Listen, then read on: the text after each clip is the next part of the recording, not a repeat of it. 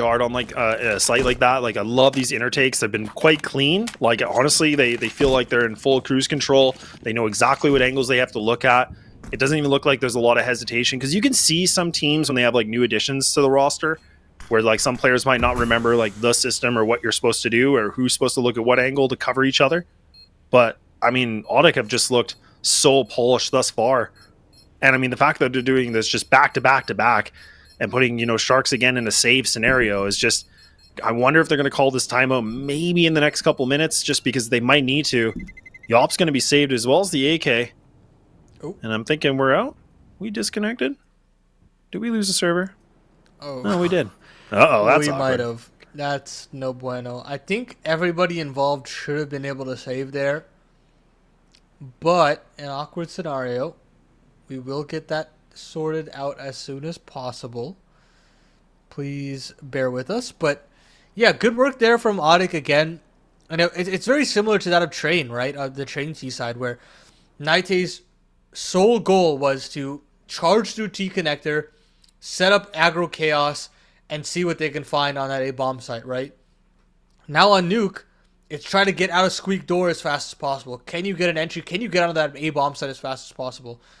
And both win conditions have come up the Audic way, and it is really putting a spanner in the works for Sharks because they don't have a response. They don't have those anti-rush grenade protocols, and they don't have the individuals to respond either. And it's really causing some concern for that defense on both maps.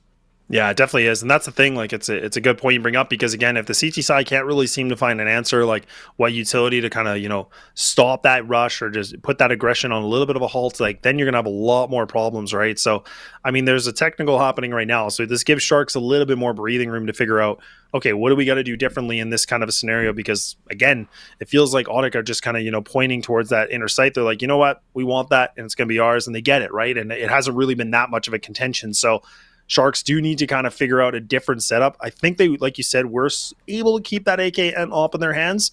So we'll have to see where they're going to place that op. Maybe put it out yard, just try something a little bit differently, focus a little bit heavier on that inner sight. But look, I mean, so far looking so good from Audic because it feels like a lot of their executions have been quite clean.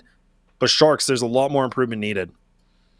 Yeah, I think maybe you can try to set Nyx down the secret stairs. Maybe have him pop up and take the Marshmallow fight. It's a viable option.